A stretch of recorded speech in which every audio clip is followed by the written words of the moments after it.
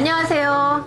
이제 저희 제4차 미래 여성 경제 포럼을 시작하도록 하겠습니다. 여성의 사회 경제적 역할에 대한 다양한 주제를 가지고 포럼을 저희가 기획하고 진행 중에 있습니다. 우선 저희 미래 여성 경제 포럼의 대표이시고 한국퇴직연금개발원 회장님이신 김경선 대표님을 소개해드립니다.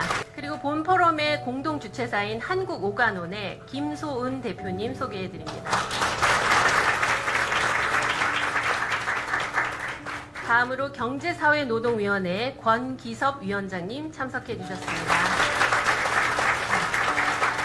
다음으로 저출산 고령사회위원회 최슬기 상임위원님 참석해 주셨습니다. 오늘 포럼의 발제를 맡아주신 서울대학교 홍석철 교수님 소개해 드립니다. 그리고 오늘 토론회 좌장을 맡으신 숙명여자대학교 권순원 교수님 소개해 드립니다. 이어서 저희 여성 리더 네트워크의 정선미 대표님 소개해드립니다. 그리고 저희 여성 리더 네트워크 지영림 대표님 소개해드립니다. 이어서 저희 미래 여성 경제 포럼의 김경선 대표님께서 오늘 시작을 알리는 개회사를 해주시도록 하겠습니다. 안녕하십니까. 미래여성경제포럼 대표 김경선입니다. 현재 대한민국은 저출생이 아니라 초저출생, 초고령사회입니다. 그만큼 대응책 마련이 시급하다는 것입니다. 합계 출산율을 높여도 당장 감소하고 있는 생산연령 인구의 축소를 막을 수가 없습니다.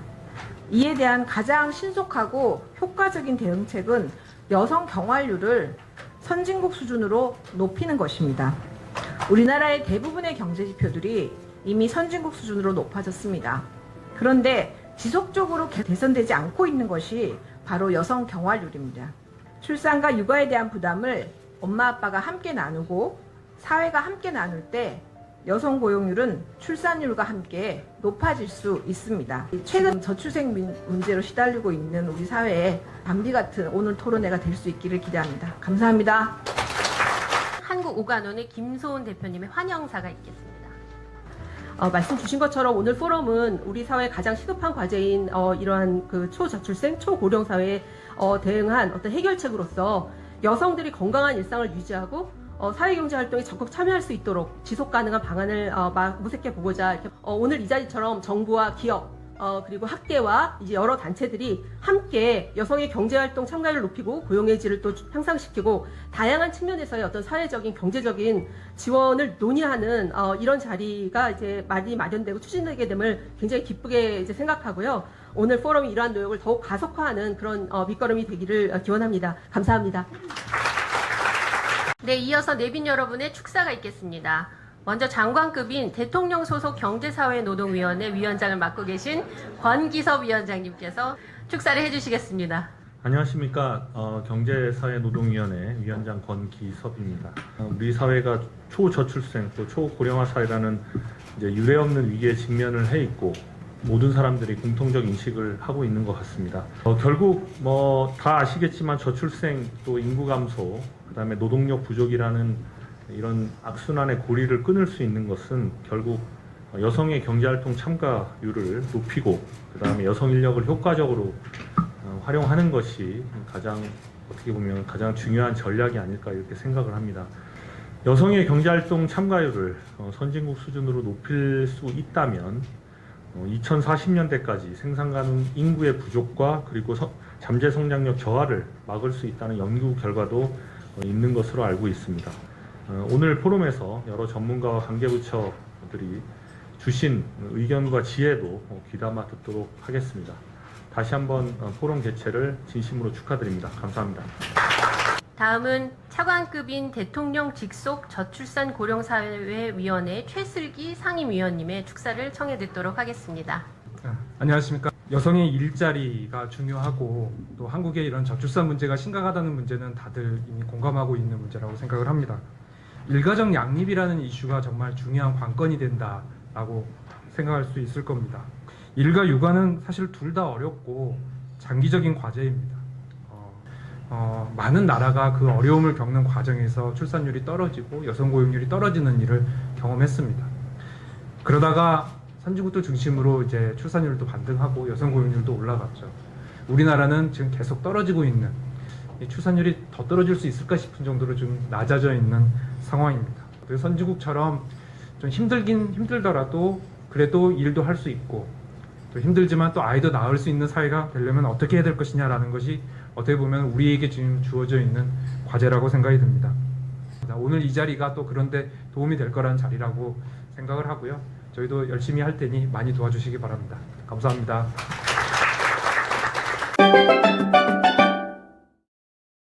서울대 경제학부의 홍석철 교수입니다. 인구 변화 대응을 위한 인적 자원 관리 전략과 과제입니다. 그리고 포럼의 취지에 맞춰서 여성의 사회 경제적 역할 제고에 그 방안에 중심을 두고 있습니다. 총 인구 같은 경우에 2070년이 되면 1980년도 수준으로 떨어질 예정입니다. 우리나라 경제활동 인구는 매년 30만 명 정도씩 앞으로 20년 동안 줄어들 걸로 예상이 되고요. 여성들의 경제활동 참여율이 남성보다 훨씬 낮은 수준입니다. 노동 공급을 좀 더 확보하는 가장 효과적인 대안은 여성의 경제활동 참가율과 고용률을 개선하는 문제라고 생각합니다. 앞서 보여드린 것처럼 여성의 경제활동 참가율만 높아져도 경활 인구가 10% 이상 높아지게 됩니다. 다들 아시는 것처럼 한국의 여성의 교육 수준은 세계적 수준입니다. 하지만 우리나라 지금 여성들의 경제활동 참여라던가 이슈들을 다른 국가들과 비교해보면 여전히 격차가 있습니다. 물론 아래 왼쪽 오른쪽 그림 보시면 왼쪽은 15세 64세 여성 경활률의 장기적인 추이이고 오른쪽은 주요국의 성별 간 임금 격차의 추이입니다. 이 빨간색으로 표시된 우리나라의 추이를 보면 계속 좋아지고는 있습니다. 근데 다른 나라도 좋아지고 있고요. 근데 그 격차는 계속 유지되고 있다는 거죠. 이런 문제 인식하에 선진국들은 다양한 정책들을 내놓고 있죠. 제가 그거를 이제 정리를 해보니까 크게 4가지로 이제 구분이 될 수 있겠더라고요. 첫 번째는 사회적 돌봄 지원 확대, 유연한 근로 조건의 확대, 직장 내 성차별 해소, 그리고 마지막으로는 평등한 기회 제공으로 보입니다. 이런 정책들은 사실 일가족 양립뿐만 아니라 성평등한 경제 환경을 구축을 해서 궁극적으로는 여성의 경제활동을 촉진하고 더 나아가서는 출산과 양육 친화적인 그런 환경을 만드는 데 기여를 하고 있습니다. 우리나라가 1987년도에 남녀 고용 평등과 일가족 양립 지원에 관한 법률을 제정한 이후에 여러 가지 남녀 평등한 기회 제공, 모성 보호 이런 정책들이 계속 확대되고 있습니다. 하지만 현실을 보면 여러 가지 문제가 많죠. 가장 제가 볼 때 큰 시급히 해결해야 될 문제는 결혼 출산에 따른 경력 단절의 문제라고 보입니다. 그 2015년이 제 생각에는 이 초저출생 문제의 어떤 전환점이었어요. 2015년이 되면 20대 후반의 여성들의 고용률이 남성을 앞서 나가기 시작합니다. 지금도 여성 고용이 높아요. 그리고 대학 진학률도 여성들이 남성을 추월한 게 2015년 전후입니다. 이 30대 여성의 경력 단절 사유의 대부분이 육아, 임신, 출산, 결혼입니다. 근데 문제는 30대 이후에 결혼과 출산 이후에 이 경력 단절이 시작돼서 그게 장기간 지속된다는 문제가 유지되고 있다는 것이죠. 다시 노동시장에 복귀를 하는데 어떤 이유 때문에 복귀했느냐라는 조사도 2022년도에 있었습니다. 거기에 보면 43%는 가족 구성원의 양육 지원, 그리고 지금 힘들어도 미래 발전 있는 일이어서 참여한다. 뭔가 경력을 계속 유지하기 위한 의지, 그리고 마지막으로는 일 양육 병행이 가능한 직장 문화가 있었기 때문에 내가 다시 일을 할 수 있었다라고 답을 하고 있어요. 앞으로 우리 사회가 어떤 정책이 필요한가, 이런 정책 제언을 제 나름대로 이제 말씀을 드리면, 첫 번째로 가장 중요한 것은 이 중소기업의 유연근무제 확대라고 생각을 합니다. 근데 중소기업의 유연근무를 확산하는 대책은 지금까지는 중소기업에 대한 지원으로 많이 이루어졌는데 그 지원 규모가 크지 않다 보니까 생존을 더 중요하게 생각하는 중소기업이 큰 인센티브가 되지 않은 문제가 있었던 것 같습니다. 단시간 정규직 제도를 우리가 재도입할 필요가 있지 않나라는 건데요. 22년에 경력 단절 여성들에 대해서 미취업 여성의 희망 정책 1위가 양질의 시간제 일자리 확대였습니다. 물론 단시간 정규직제가 과거 정부에서 몇 번 추진된 적이 있었는데 문제가 계속 있었죠. 저임금 서비스직에 국한돼서 일자리가 공급되면서 이 확대되지 못하고 중단된 적이 있었습니다. 근데 제가 선진국 사례들을 보니까 뭐 네덜란드, 스웨덴, 프랑스 이런 나라를 열심히 잘하고 있고 잘 되는 이유는 임금과 노동 시간의 비례 원칙이라던가 이 단시간 정규직 근로자에 대해서 뭐 사회보장 혜택을 더 준다던가 동일한 휴가와 휴직 제도를 운영한다던가 또는 여러 가지 기회를 균등하게 제공하는 이런 게 뒷받침이 되기 때문에 활성화가 되었던 것이죠. 이런 선진국의 사례를 보고 우리도 다시 한번 재검토가 필요하지 않겠나라는 생각이 들고요. 기업 내 성차별 해소하는 것도 매우 중요한 어떤 정책 방향이라고 생각합니다. 이 외국의 경우에 보면은 유연근무제를 선택하는 경우에 여러 가지 세제 혜택을 주고 있어요. 그래서 파트타임이나 재택근무를 선택하는 여성들에게 뭐 여러 가지 세제 혜택을 주고 독일 같은 경우는 파트타임 일자리에 대해서 세금이나 사회보장 기여금을 면제해 준다거나 이런 정책들을 추진해서 계속 이 경력 단절했던 여성들이 경제활동을 할 수 있도록 유도하는 정책들을 쓰고 있고요. 아이들을 돌보고 들어가는 여러 가지 비용들이 있는데 이런 비용들에 대한 세액공제를 확대한다면 여성들이 좀 더 안심하고 좀 더 비용 부담 없이 아이를 맡기고 일을 할 수 있는 그런 환경이 만들어질 수 있다고 봅니다. 마지막으로는 사회적 돌봄 확대와 인식 개선입니다. 우리나라 시설 보육 인프라는 지속적으로 좋아지고 있습니다. 어떻게 보면 선진국 수준으로 올라왔다라고 생각이 되는데 그럼에도 불구하고 여전히 돌봄 공백이라는 문제가 남아 있습니다. 어린이집이나 유치원 퇴원 후에 아이들의 돌봄 공백을 메우기 위해서 이번 대책에도 아이돌봄 서비스를 확대하겠다. 공공성뿐만 아니라 시장 확대도 추진하겠다라고 이야기를 하고 있는데 이 안에도 여러 가지 사실은 우리가 좀 꼼꼼하게 검토할 필요가 있는 문제들이 있는 것 같습니다. 결국에는 우리가 사회 전반의 인식 개선이 중요합니다. 이 골린 교수가 얘기했던 1, 2, 3, 4단계에서 한국은 4단계에 와 있다고 생각합니다. 지표상으로는.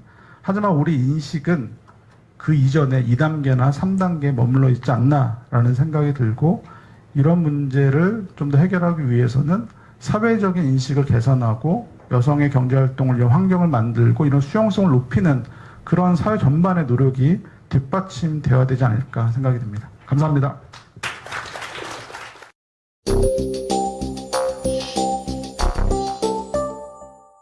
사회 맡은 숙명여대 권순원 교수입니다. 오늘 패널 총 5분인데요. 민간인, 공무원, 최고 전문가들인데 우선 오은진 박사님부터 토론 시작해 주시죠. 작년 남녀 경험 차이를 보면은 여성은 30부터 쭉 내려가고 있습니다. 혼인도 자꾸 늦어지고 있고 혼인 연령이 32세, 33세로 가고 있고 혼인을 해도 아이를 낳지 않는다고 하는데 그러면 왜 여성들은 경제활동 노동시장에서 탈퇴할까? 그런 경력 단절 문제가 굉장히 심각한 건 사실이지만 아까 뭐 4.4%가 그것을 제거하고도 여전히 남아있는 그 격차는 직종 분리 현상, 임금 격차 여기에 기인한다고 봅니다. 그리고 이것이 또 사실상은 경단을 유도하는 중요한 요인이 되기도 합니다.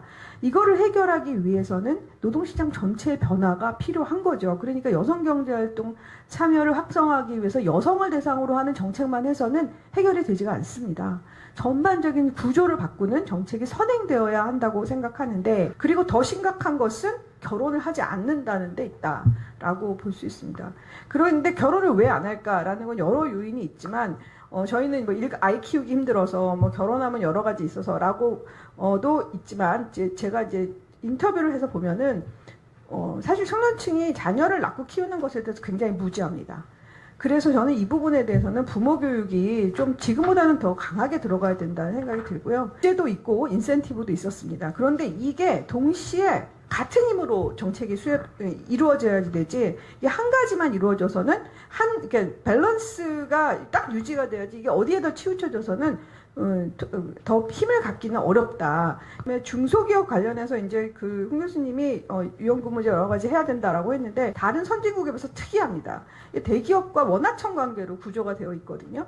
그래서 이거는 정부의 정책도 중요하지만 그 원하청 관계에 있는 대기업에게 일정 부분 의무를 주고 그 노무 관리에 대한 부분을 좀 해야 되는 것이 아닌가 이런 생각을 많이 했습니다. 안녕하세요. 소개받은 표지연입니다. 오늘 논의 주제 해법에 있어서 민간 기업의 역할이 중요하다는 측면에서 제가 이 자리에서 함께 하게 된 것 같은데요. 저희 회사는 임직원의 여성 비중이 높은 편입니다. 전체 247명 중에 47%, 그리고 부장급 이상은 54%, 임원진은 10명 중에 7명이 여성입니다.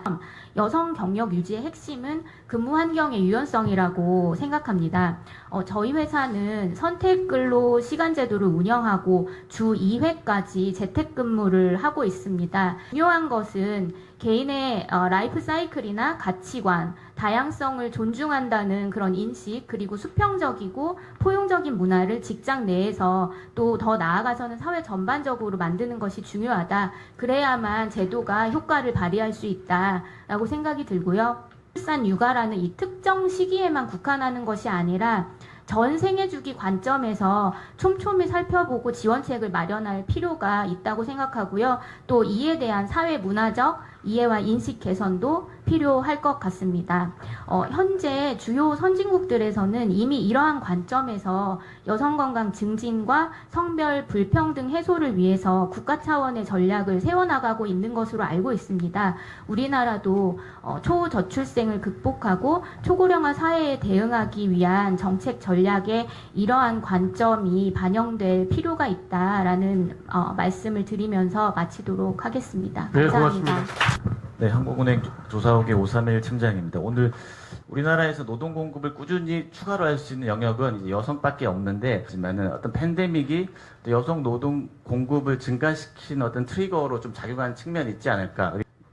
젊은 여성 고학력자들이 엄청 많이 늘어나게 됩니다. 그러니까 취업자로 많이 유입이 되는, 그러니까 늘어나게 되는데, 여성이 절대적으로 많은 게 아니라 상대적으로 많은 그런 산업이 더 좋아지면서 그 일자리가 좀 많이 늘어나는 것도 있고, 남성이건 여성이건 이런 유연한 근무를 좀 더 많이 활용하게 되면서 여성이 좀 더 경제활동에 참여할 수 있는 여건이 좀 더 좋아진 환경이 아닌가.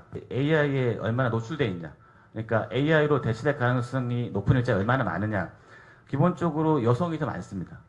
적극적으로 AI를 내가 활용해서 생산성 높여야겠다고 생각하면 오히려 여성들이 더 기회가 많은 거죠. 기술 변화나 팬데믹이 만드는 환경이 우리가 자생적으로 만든 건 아닌데, 이러한 조건들이 결과론적으로 여성이 노동 공급 확대하는데 아주 우호적인 환경이 마련된 게 아닌가. 관 김상희 부장님 말씀.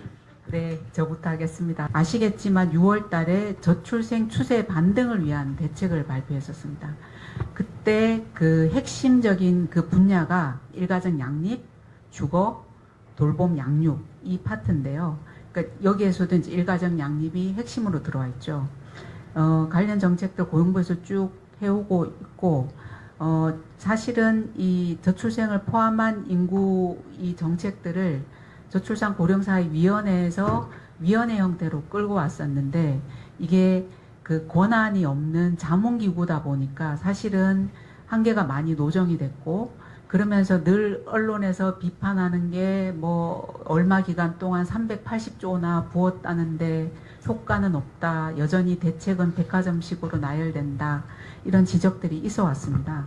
그래서 지금 현재 그 정부는 국회에 인구전략기획부 설립과 관련된 지금 법안을 조속히 개정해 주십사 지금 요청하고 있는데요. 인구정책을 총괄 조정하고 기획을 추진하기 위해서 부총리급으로 강력한 컨트롤 타워 기능을 부여하는 부처를 신설하고자 합니다. 현재는 저출산 플러스 고령사회 대응이라면 여기에다가 더 합쳐져서 인구구조 변동에 대한 그 대응까지 정책 범위가 넓혀지게 되고요. 이 부처가 앞으로 해야 될 구체적인 기능이나 역할에 대해서 의견이 있으시면 언제든지 주시면 경청하도록 하겠습니다. 이상입니다.